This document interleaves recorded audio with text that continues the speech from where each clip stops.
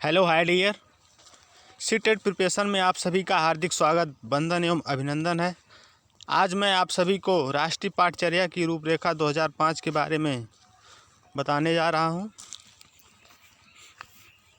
NCF national सर्कुलम framework 2005। इस article में राष्ट्रीय पाठचर्या की रूपरेखा 2005 एनसीएफ के नोट्स आपके लेकर आए हैं। जैसा कि आप सभी को पता होगा कि सीटेट, केबीएस, एनसीएफ, पीजीटी इत्यादि के लिए एनसीएफ से प्रश्न बनते हैं।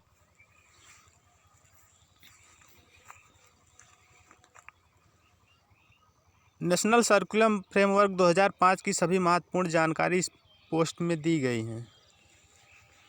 राष्ट्रीय पाठचर्या की रूपरेखा 2005 से संबंधित सभी महत्वपूर्ण प्रश्न उत्तर को इस पोस्ट में शामिल किया गया है, जो आप देख सकते हैं। बालकों को क्या और क्यों कैसे पढ़ाया जाए। राष्ट्रीय पाठचर्या 2005 नेशनल सर्कुलम फ्रेमवर्क 2005 इन्हीं विषयों पर ध्यान केंद्रित करने हेतु एक दस्तावेज है।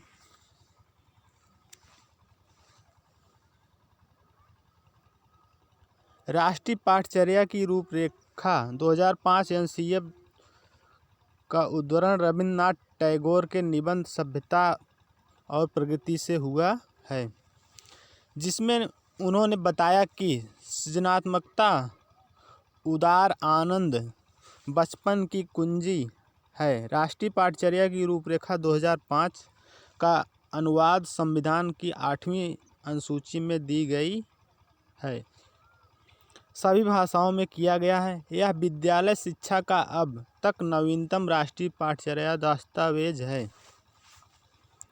मानव संसाधन विकास मंत्रालय की पहल पर प्रोफेसर यशपाल की अध्यक्षता में देश की चुनी हुई विशेषज्ञों विद्वानों ने शिक्षक को नई राष्ट्रीय चुनौती के रूप में देखा।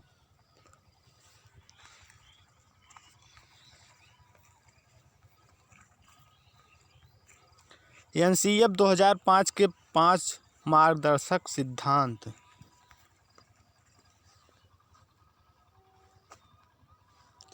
उस ज्ञान को स्कूल के बाहरी जीवन से जोड़ा जाए। पढ़ाई को रटंत प्रणाली से मुक्त किया जाए। पाठ पुस्तक केंद्रित न रह जाए। पाठ पुस्तक केंद्रित न रह जाए, उसको बाहर से जोड़ा जाए, पर्यावरणीय माहौल से।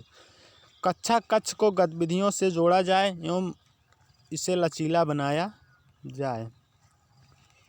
राष्ट्रीय मूल्यों के प्रति आस्थावान विद्यार्थी तैयार हों एवं राष्ट्रीय महत्व के बिंदुओं को पाठ्यक्रम में शामिल किया जाए, यानी प्रत्येक त्यौहार, दीपावली वगैरह सब शामिल किया जाए। सिद्धांत के संबंध में महत्वपूर्ण तथ्य। एनसीएफ 2005 का मुख्य उद्देश्य जीवन एवं ज्ञान के मध्य की दूरी को कम करना था। इस प्रक्रिया में बच्चे के विद्यालय जीवन को बाहरी जीवन से जोड़ना चाहिए। एनसीएफ 2005 की प्राथमिक शिक्षा में लागू किया गया था। इस अधिगम प्रक्रिया के माध्यम से विद्यार्थी को रटने की प्रणाली से मुक्त करना था, ताकि विद्यार्थी का चहुमुखी विकास हो सके। इसके अलावा शिक्षण अधिगम प्रक्रिया बाल केंद्रित हो। ऐसी विषय सामग्री का उपयोग किया जाए जिससे प्रभावशाली व्यक्तित्व का निर्माण हो सके।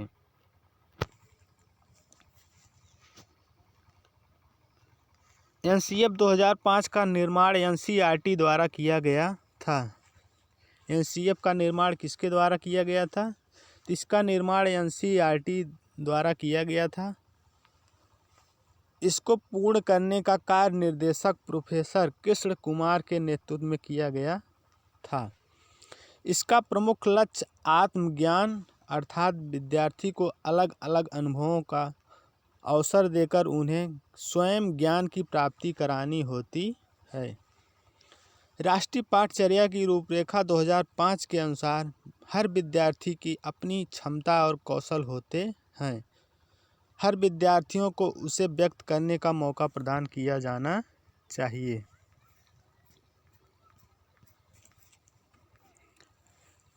एनसीएफ 2005 में लिखा गया है, शिक्षा को मुक्त करने वाली प्रक्रिया के रूप में देखा जाना चाहिए।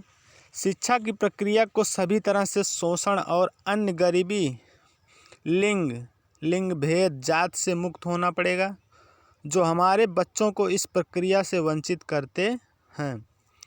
यह मानव संसाधन विकास मंत्रालय की पहल पर तथा प्रोफेसर यशपाल की अध्यक्षता में इसका निर्माण किया गया। प्रोफेसर यशपाल की अध्यक्षता में एनसीएफ का निर्माण किया गया। ज्ञान को केवल किताबी ज्ञान से ही नहीं बल्कि बाहरी जीवन से जोड़ा जाए। इसके अलावा विद्यार्थियों को रटन प्रणाली से मुक्त किया जाए।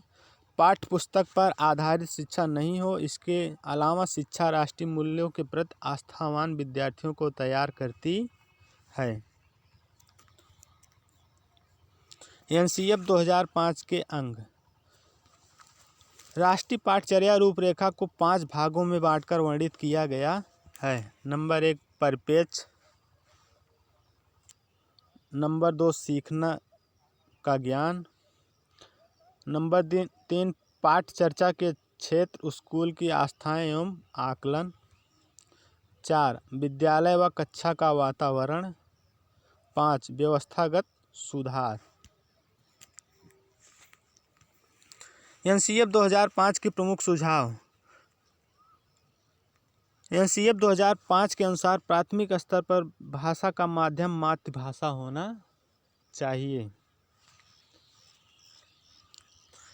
शिक्षण सूत्र जैसे ज्ञात से अज्ञात की ओर, मूर्त से अमूर्त की ओर आदि का अधिकतम प्रयोग हो। जो सीटेट में बार बार इस तरह के क्वेश्चन